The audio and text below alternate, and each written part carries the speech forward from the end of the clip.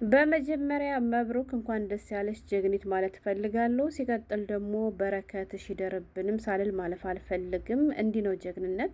እውነቴን ነው የምላችሁ። ብዙ ጀግና የሚባሉ ሴቶችን ሰምታችሁ ሊሆን ይችላል። የዚህ ጀግንነት ግን ይለያል። የሀገሬ ልጆች አንዳንድ ጥቅማ ጥቅሞች ማለት ነው በጊዜው የጥቅማ ጥቅም ተታለው ለማንም ማብረጃ ሲሆኑ፣ ይች ግን ማለት እንደዚህ በኒካ ማግባቷ ምናምን ሳይሆን ኒካዋ ከመደረጉ በፊት ምን እንዳደረገች ልንገራችሁ።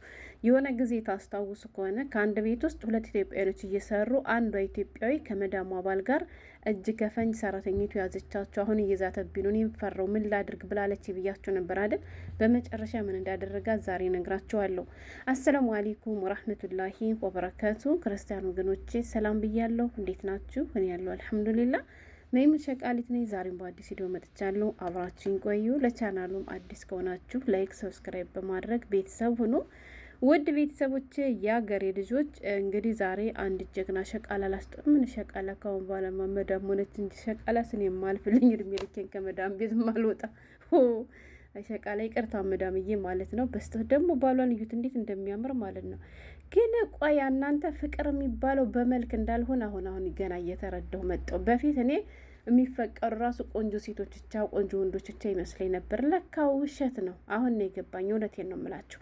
ወደ ገደለው ልግባ እንዳዘፍኑብኝ ደግሞ ማለት ነው። የሀገሬ ልጆች ላይክ አድርጉ። የሰው ደስታ የሚያስደስታችሁ እንዲሁ የሸቃላ ህይወት ተቀይሮ ማየት የሚያስደስታችሁ ላይክ አድርጉኝ። እሺ ሰብስክራይብ አድርጉ።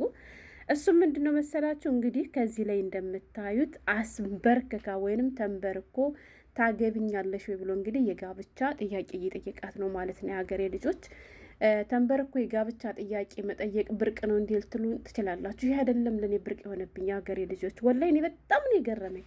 እሱም ምንድነው መሰላችሁ ልጅቷ ማለት ነው ታገብኛለሽ መባሏ ወይንም ማግባቷ ብርቅ አይደለም። ይሄ የተለመደ ነገር ነው ብለን ቀለል አድርገን እንየው። ግን ቀለል ተደርጎም የሚታይም አይደለም። ከዚህ ላይ እንደምታዩት እናቷ ወላጆቿ ማለት ነው አስባችሁታል። እሷ ጋብቻ ከመፈጸሟ በፊት ለባሏ ምን ትለዋለች? እኔ ማግባቱን አገባለሁ ግን የማገባ ቤተሰቦች በተገኙበት ነው ብላ ቤተሰቦቿን ካሉበት ድረስ ባሏ ሙሉ ወጯን ሸፍኖ አምጥቶ እናቷ አባቷ በቆሙበት ነው እንግዲህ እንደዚህ ተንበርኮ ታገብኛለሽ ብሎ የጠየቃት ማለት ነው። አስባችሁታል የሀገሬ ልጆች? እኔ በጣም ነው የገረመኝ። ይሄ እንደምታዩት ያን የኒካቸው ቀን በዚሁ እንደወጡ እንግዲህ ፋፈሽ ሲሉ ነው የነበረ። እንደምታዩት ቅጥ ያለው ልብስ እንኳን አልለበሰችም። እውነቴን ነው የምላችሁ። ግን ዋናው ቁም ነገሩ ነው የሀገሬ ልጆች እና አንዳንድ ልቅምቃሚዎች እንግዲህ እንደምናያቸው ማለት ነው በቆራጣ ጥቅማ ጥቅም እየታለሉ ራሳቸውንም ክብራቸውንም የሚያዋረዱ ብዙዎች እንዳሉ ሁሉ የዚች ደግሞ ይለያል ማለት እሱ በብልግና ምናምን አይደለም የሚፈልጋ በትዳር ነው የምፈልግሽ እንኳን እያላት እሺ በትዳር የምትፈልገኝ ከሆነ ዝም ብዬ ሳይሆን ወላጆች በተገኙበት በክብር እንዲሆንልኝ ይፈልጋለሁ ብላ ይሄን ያክል ርቀት እንዲጓዝ ማድረጓ በጣም ጀግና ነች። እውነቴን ነው ብላችሁ ለዚያውም ተቀጥራ ስትሰራበት ከነበረበት ቤት ውስጥ እንዲህ ያለ ክብር እንዲሰጣት ራሷን ያከበረች ጀግና እውነት ለኔ ትለያለች እና ጀግኒት እንደ በጣም ጀግና ነች። በዚህ አጋጣሚ እንደዚህ ከወንዶች ጋር አላልኩም ከአረብ ወንዶች ጋራ ወደ ትዳር ልትገቡ ያሰባችሁቶች ካላችሁ ዝም ብላችሁ ባረባ ልቅምቃሚ ነገር ክብራችሁን አትጡ። እውነቴን ነው ብላችሁ አግቡ። ከምር ከጠየቋችሁ ምናምን እንደዚህ ያልሆነ ነገር ከሆነ እኔ አልፈልግም፣ በሐላል ከሆነ ችግር የለም ብላችሁ ኮራ ቀበረር ብላችሁ ደጅ አስጠንታችሁ አግቡ። እዩት እስኪ እዩት። አረቦቹም የሷ ቤተሰቦችም በተገኙበት ነው የሀገሬ ልጆች እንግዲህ እንዲህ ተንበርኮ ታገብኛለሽ ብሎ ይጠይቃል። እንግዲህ እዩት አለባበሷን ራሱ እንዳልኳችሁ ማለት ነው። እሺ ዋናው መግባባታቸውን ልብስ ምን ያደርጋል እናቴ፣ ልብስ ኑሮ ካሉት መቃብር ይሞቃል። እኛም ዩኒፎርም ለብሰን ስንት ዓመት ሙሉ እየኖርን ነው። ሰዎቹም በየጊዜው እየቀያየሩ ስንት ፋሽን እየኖር ነው። ልብስ ቁም ነገር አይሆንም በነገራችን ላይ እና እኔ በጣም ደስ ብሎኛል። በዚህ አጋጣሚ ደግሞ ያየሁት ነገር ምንድን ነው፣ መብሩክ ብሏቸው የሰው ደስታ የሚያስደስታችሁ መብሩክ በሉ። ቪዲዮንም ላይክ አድርጉና በኮመንት እየገባችሁ ደግሞ የምትሳደቡ የኛ ልጆችን አይቻለሁ። በነገራችን ላይ ኢትዮጵያዊት አይደለችም ልጅቱ፣ የናይጄሪያ ዜጋ ነች። እሺ ናይጄሪያዊ ጀግና ወላይ እንደው በጣም ጀግና ነሽ። እንደው ሸቃሎችን አኩርተሽናል። ሸቃሎችን ባባን እንደዚህ ግን ደግሞ ባባን አይደለም ያገባቸው የሀገሬ ልጆች፣ የመዳሟ ልጅ ነው። እሺ የመዳምን ልጅ ነው እንጂ ያገባች ባባ አይደለም። እሱን እንደምታዩት ደግሞ በጣም ቆንጆ እየሆነ ያምራልና ገና ወጣት ነው።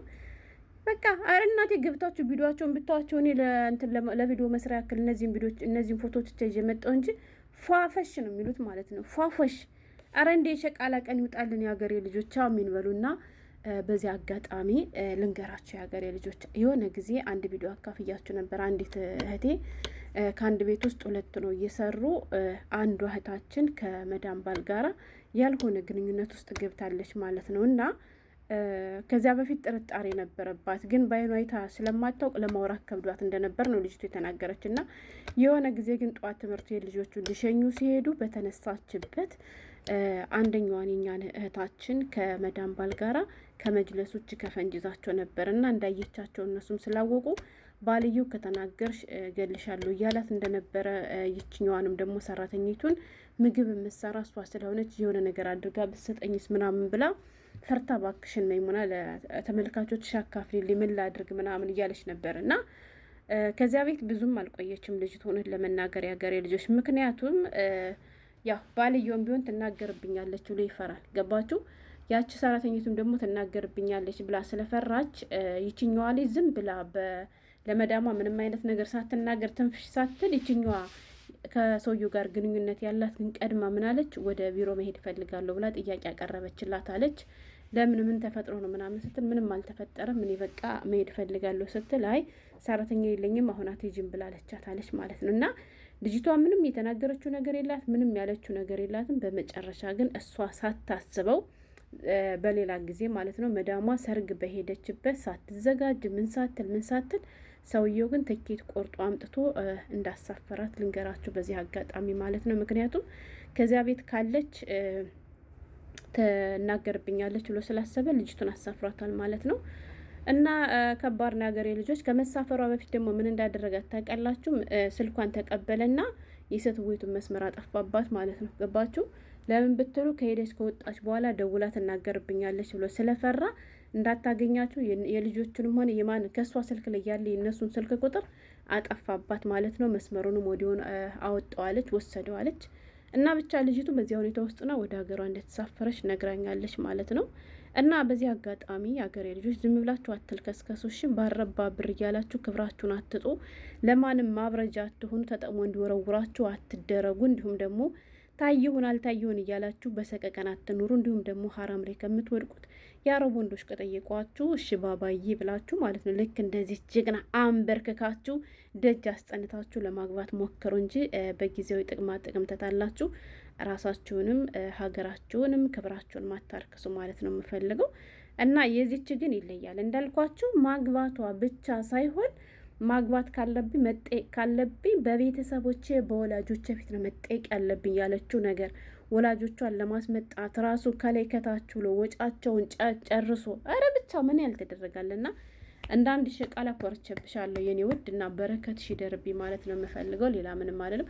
አንዳንድ ቅራቅንቦች ደግሞ ማለት ነው በኮመንት ያዩዋችሁ ማርያምን እኔ መዳሜ ጋር የምጣላ ልጅን ካላገባሽ እያለች ነው።